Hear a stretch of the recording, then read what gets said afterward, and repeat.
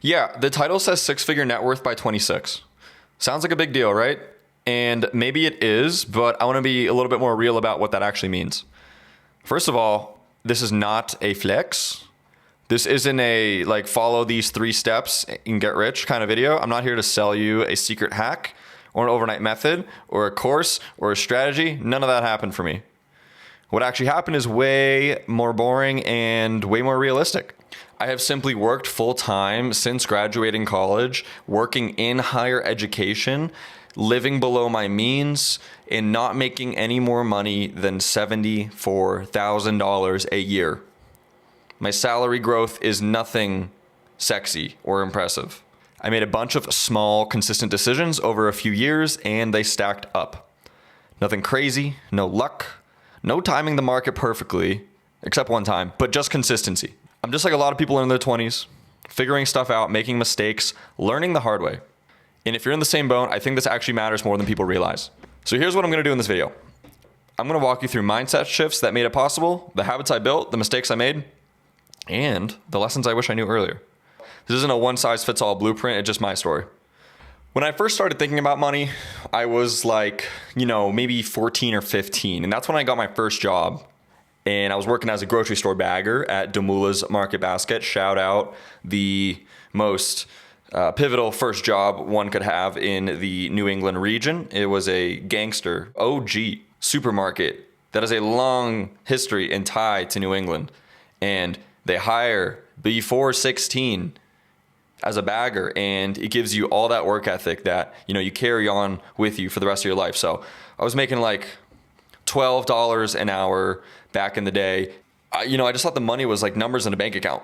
The bigger the number, the better. More money meant more success, more freedom, more respect. And while that was my mindset for a while, it came close to ruining me. The thing I slowly realized as I grew up and obtained a little bit more money is that the money is not the goal itself. You have to reframe your outlook on money and make sure that you're looking at money as a tool. Money just helps you get the things you want in life. It's a way to buy freedom, security, and the ability to make choices without constantly stressing. That was the first big mindset shift that matters more than anything else for me, is treat money like a tool, not like a goal. Everything else, the habits, the investments, the choices, it will flow from money being a tool to just help you accomplish the things that you want to accomplish. Once I shifted my mindset, the next step was figuring out how to actually make money that mattered. And it wasn't really from some crazier side hustle or startup idea. It was about building skills that could earn consistently. On the internet, you're going to see a lot of the time that people glorify the entrepreneur lifestyle and becoming mega wealthy at a young age. But the biggest wealth builder is just your 9-to-5 job. I made a conscious decision to move into a field where the earning potential was higher, something that let me leverage my time and skills.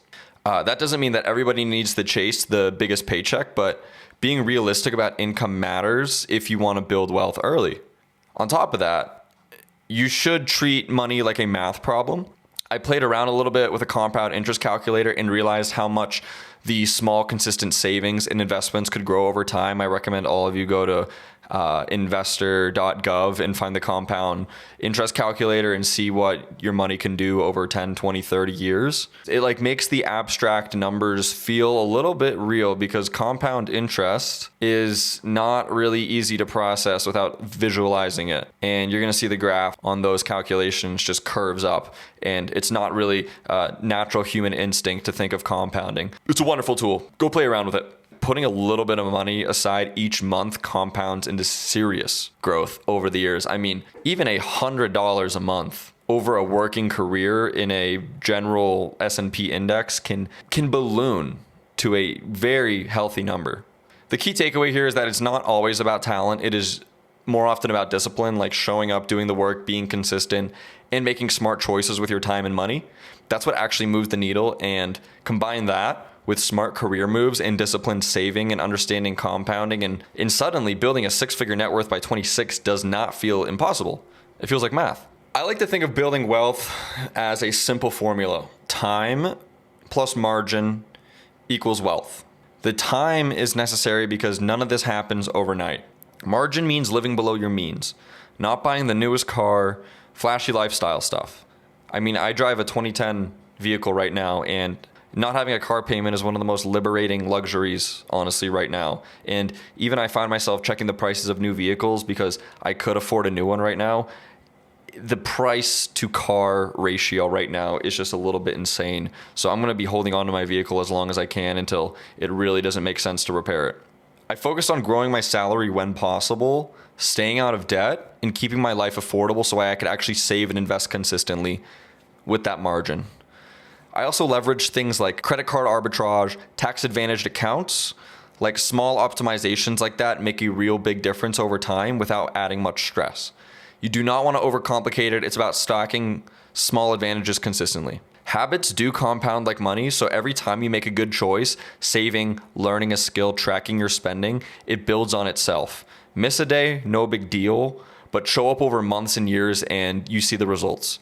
So you want to make the good decisions easy and the bad decisions hard. Once you have that margin in your income, you're probably wondering, like, what do I invest in? The very generalized advice for young people who are looking to grow their investment portfolio and grow their wealth is you want to be in broad, diversified index funds. There's been 1,000,001 people who beat the market every year, but the odds of you doing that are quite against you.